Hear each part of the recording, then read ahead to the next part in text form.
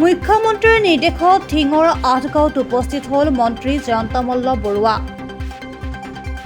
বিগত 15 দিনে নগাঁৱৰ বিভিন্ন অঞ্চলত সন্ত্ৰাসৰ সৃষ্টি কৰা বাঘটো যোৱা 3 দিনে ধিঙৰ আঠগাঁৱৰ এটা জংঘলত সোমাই আছে। কিন্তু আজি পৰ্যন্ত পিঞ্জৰাবদ্ধ কৰিবলৈ সক্ষম নহ'ল বন বিভাগৰ দল। আজি মুখ্যমন্ত্ৰীৰ নিৰ্দেশত আঠগাঁৱত আহি উপস্থিত হয় মন্ত্ৰী জয়ন্ত মল্ল বৰুৱা। যোৱা 2 দিনে ধিঙৰ আঠগাঁৱৰ ৰাইজে নিজকে ঘৰত আবদ্ধ কৰি ৰাখিছে। ৰাইজক বাঘটো পিঞ্জৰাবদ্ধ কৰিবলৈ সহযোগ কৰিবলৈ আহ্বান মন্ত্ৰীগৰাকীৰ।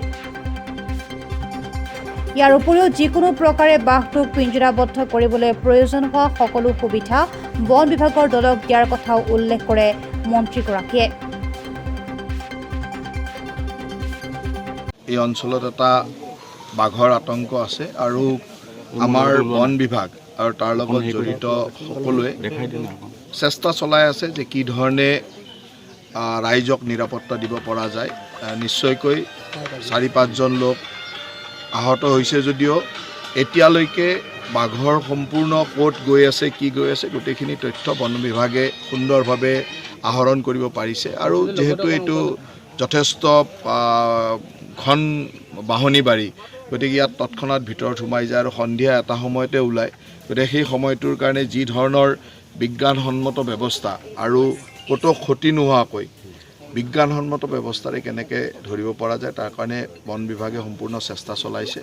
আৰু ময়ো মাননীয় মুখ্যমন্ত্ৰী ডাঙৰীয়াৰ নিৰ্দেশত ইয়ালৈ আহিলোঁ ইয়াৰ ৰাইজক আশ্বস্ত কৰিবৰ কাৰণে। আৰু বন বিভাগে লগতে বিভাগসমূহে যাতে সক্ৰিয়তাৰে কাম কৰি অতি শীঘ্ৰে ৰাইজক নিৰাপত্তাৰ কামখিনি কৰি দিব কাৰণে। এইটো খেতিৰ বতৰ, গতিকে ৰাইজে খেতি বাতি কৰাৰ সময়তো কিছু অসুবিধাৰ সৃষ্টি হৈছে বা এই অঞ্চলটোৰ যিটো পৰিৱেশ সেই পৰিৱেশতো ৰাইজ অলপ হ'লেও সন্ত্ৰাসিত হৈ আছে। গতিকে সেই পৰিৱেশটো কেনেকৈ নোহোৱা কৰিব পাৰি তাৰ কাৰণে মই মাননীয় মুখ্যমন্ত্ৰী ডাঙৰীয়াৰ নিৰ্দেশত ইয়ালৈ আহি গোটেই বিভাগসমূহক বিশেষকৈ বন বিভাগৰ লোকসকলক লগ পালোঁ।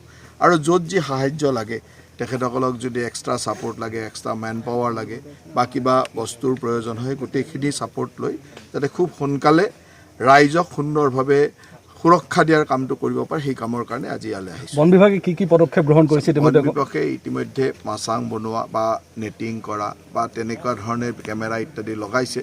গোটেই ব্যৱস্থাটো বন বিভাগে সম্পূৰ্ণভাৱে কৰি আছে।